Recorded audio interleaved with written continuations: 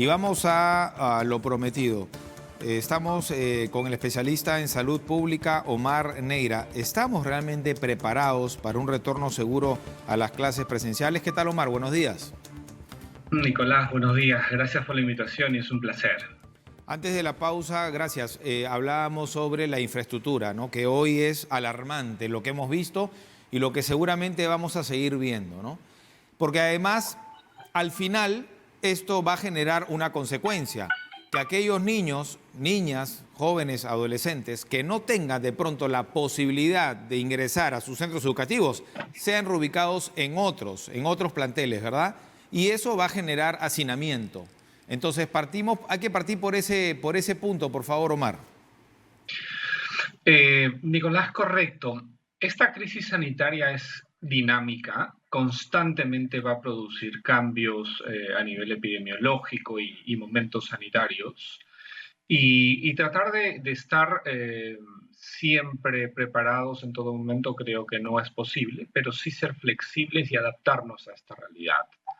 Es cierto que adolecemos de infraestructura, pero lo hemos adolecido mucho antes de COVID y en ese concepto es importante hacer un análisis de cuál es la importancia del retorno eh, seguro y pronto a las clases. Y bajo ese concepto, como tú dices, necesitamos ser flexibles en muchos aspectos. Por ejemplo, intentar que se den matrículas que sean en colegios cercanos a las familias, ¿no? Son parte de las adaptaciones que hay que hacer para que haya un retorno a las clases. Uh-huh. ¿El panorama está claro, consideras tú, para las autoridades, digamos? Pues debería estar, ¿no? Hemos tenido 2 años donde las autoridades de educación, si bien es cierto, ha pasado por mucha gestión, pero eso no impide que los funcionarios Correcto. de mediano nivel hayan tomado decisiones. Lo Es un mismo momento hoy. pensaba, ¿sabes? Cuando veía las imágenes de Huánuco, por ejemplo, ¿no? O en la región La Libertad, ¿no? Como en 2 años ni siquiera se han podido mantener, ¿no? Bueno, hacer trabajos de mantenimiento, porque los recursos los tenían. Recursos se tenía que en algún momento había retorno de los chicos, eso es inevitable, y entonces las autoridades, irresponsablemente, si creían que esto era indefinido, pues deben apagar las luces e irse. Y hablo de nacionales, regionales y locales. Es responsabilidad de todos ellos haber cuidado que este retorno se tenía que producir en algún momento, claro, tardíamente. Todos los países en la región tienen clases ya hace mucho tiempo, algunos no cerraron o aprovechaban vacaciones para recuperar clases. Y bajo ese concepto, intentar tener un ideal donde no haya, digamos, condiciones negativas para el retorno, eso es difícil. Va a haber mucha complicación. Claro, estamos a 15 días del retorno a clases y hoy día vemos a las autoridades todas pasear, tú ves a Indecopi haciendo inspecciones, la Contraloría. Esto tenía que haber pasado en abril del 2020 y estar preparados inmediatamente a un retorno pronto. Claro. Y las autoridades van así. Ahí como sociedad necesitamos comprometernos, exigir a las autoridades, pero comprometernos todos activamente a que se dé este retorno y no haya Correcto. condicionamientos de ningún tipo e intentar ser flexibles y adaptarnos a cada realidad. Es difícil, sí, pero se puede, también se puede. Hay que insistir en que se debe de establecer, ¿no?, políticas de Estado y no de gobierno, porque inclusive ha habido cambio de gobierno, ¿no?, pero han habido muchísimos ministros de educación en los últimos años, no ha habido una misma línea.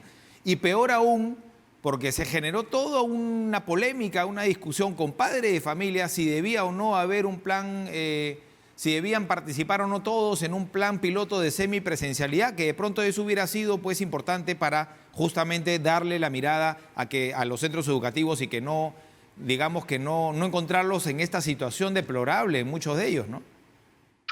Creo que es clave lo que tú acabas de mencionar.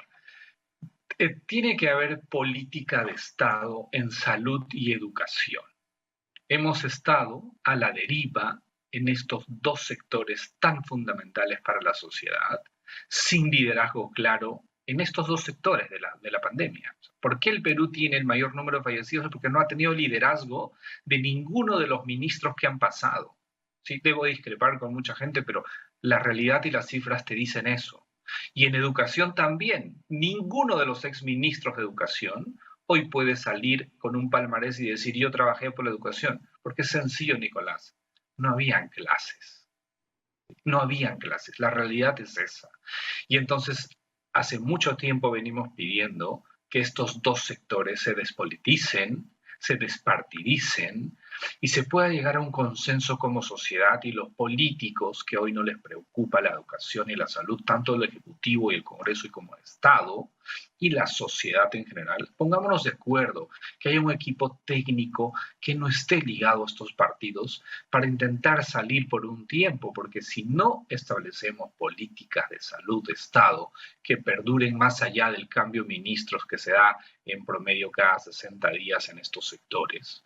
Salud duró un poco más, educación tenemos el tercer o cuarto ministro en este gobierno, no es posible. Claro, hay que reconocer que el actual ministro de Educación, que el ministro Cadillo, de todos los ministros en la pandemia, sí realmente trabajaron por este intento de retorno a las escuelas. Recuerda que Cadillo que promueve este retorno piloto, y eso es un éxito en el Perú. Ninguno de los pilotos fracasó. ¿Por qué? Porque los colegios no son centros de contagio. Eso es elemental.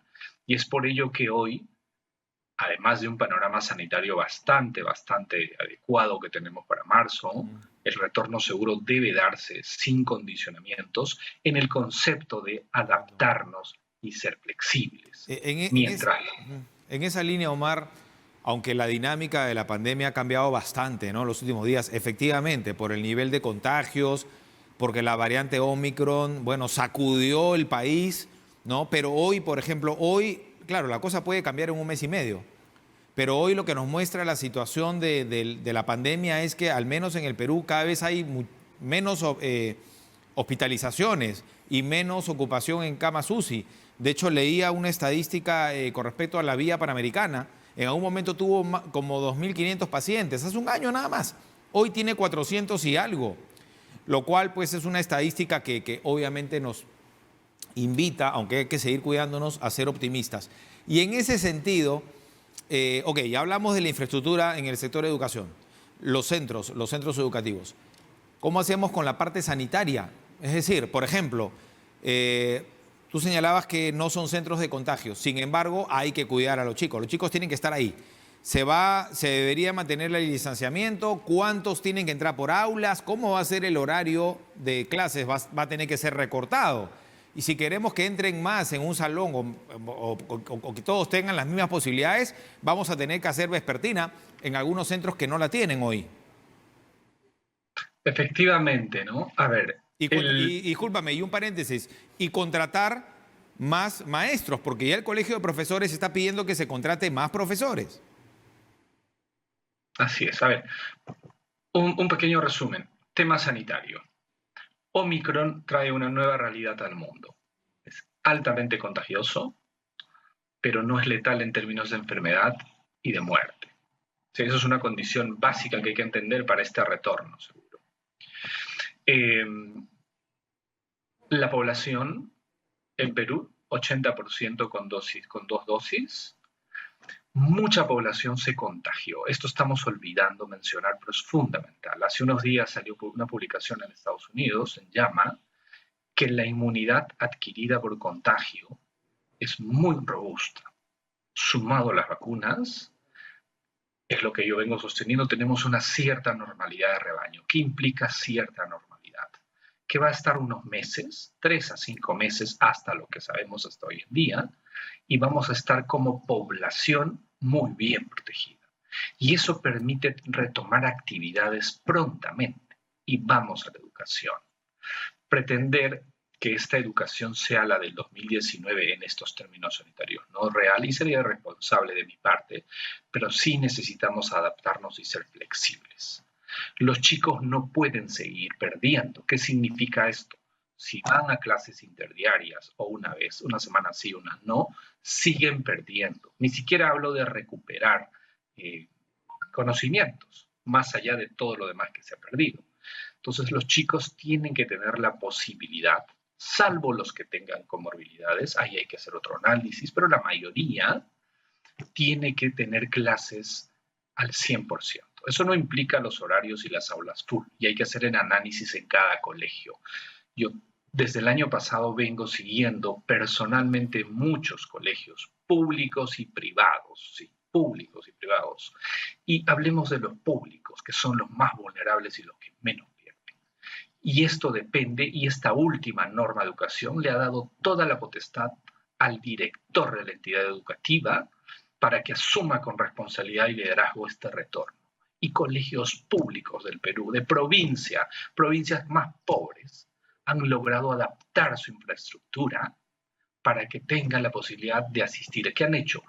En espacios abiertos han puesto toldos o aulas temporales con ciertas normas de seguridad que permite un retorno pronto. Ahí implica, si tienes más aulas, más profesores, pero puedes hacer el doble horario, sí. Y lo que puedes hacer es hacer mucha actividad al aire libre, hacer toldos para compensar, y así que en un aula que se ventile bien, el requisito fundamental es ventilación. Es muy importante la ventilación. Con eso puedes asegurar ambientes de bajo riesgo, ¿sí? Y entonces, bajo ese concepto, no es necesario inventar nada. Si tú ventilas bien ambientes y haces muchas actividades al aire libre, es perfectamente posible tener horarios completos, entre 8 de la mañana y 2 de la tarde, que los chicos puedan. Eso no significa que esté en un aula un chico de 8 a 2, nunca ha sido así. Hay recreos, los recreos escalonados, y eso te va a permitir movimiento, bajar concentraciones de aerosol en ambientes no tan ventilados y vamos para adelante. Eso es seguro, y además esta situación sanitaria lo permite así.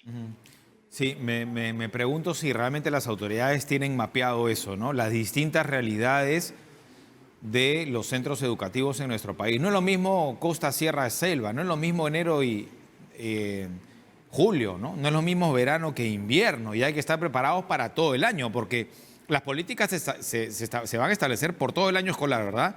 Esa es la idea. No es lo mismo la conectividad en Lima, ¿no?, que en la selva, por ejemplo, ¿no?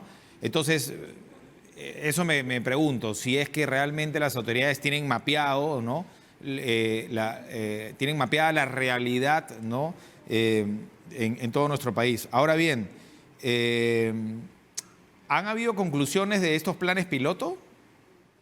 Definitivamente, que no fueron centros de contagio, funcionaron en términos sanitarios adecuadamente. Claro, habían restricciones y había problemas de horario, porque eran horarios interdiarios, no iban a completo. Entonces las conclusiones eran que se necesitaba que los colegios estén al 100%. Se adaptaron muy bien en estos colegios públicos y privados los ambientes, y hoy en día se han presentado planes sanitarios para que funcionen en picos de ola. Personalmente yo te puedo dar fe de eso, para que funcionen adecuadamente, no en lo que vamos a estar en marzo, en un llano sanitario, sino en un pico de contagios, y el colegio no se cierre.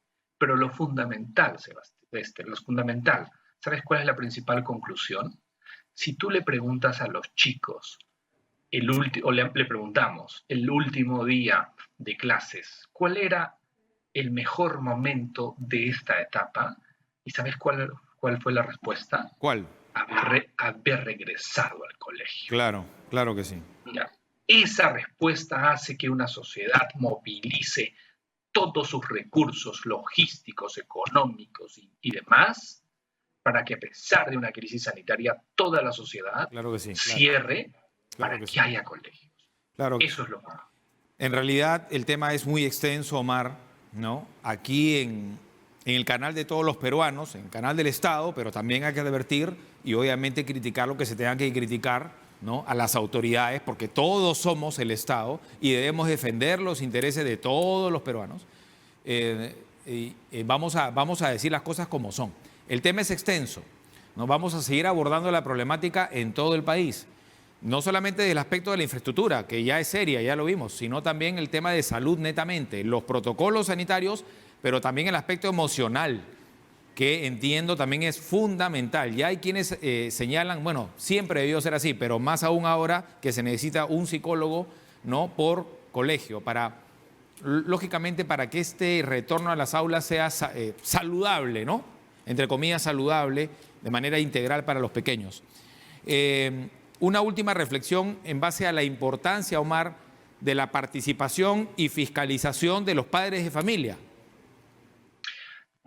En este retorno, toda la comunidad educativa tiene que involucrarse. Autoridades, directivos, profesores, alumnos y padres de familia. Sí, tenemos que involucrarnos mucho más que antes para poder, entre lo sanitario y la recuperación académica, lograr este bienestar, digamos, general de los chicos. Y eso implica lo que tú acabas de mencionar, ¿cómo hacemos con lo emocional? Los chicos vienen, entre comillas, heridos en lo emocional. No saben abrazarse, no saben compartir. Y claro, la importancia de tener todos en un colegio un psicólogo. Pero eso tampoco es real. Es Y verdad. no podemos condicionar porque no hay recurso humano, no hay estructura. ¿Qué es lo que hay que hacer?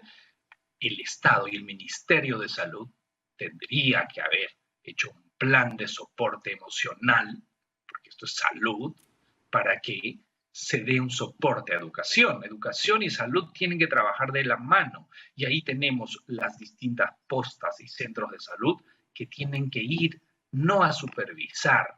Las autoridades pienso que acá cometen un error, solo dame 10 segundos y van a fiscalizar y cerrar todo. No, señores, las autoridades tienen que ir a que esto funcione adecuadamente y colaborar y ayudar que los colegios abran, no a cerrarlos. Y hay que ayudar. Y el soporte emocional es importante, pero obligar que haya un psicólogo no es real en este momento. Se irá implementando en paralelo, pero el Estado tiene la responsabilidad a través de salud dar este soporte, que es necesario y fundamental, sí. Muchas gracias.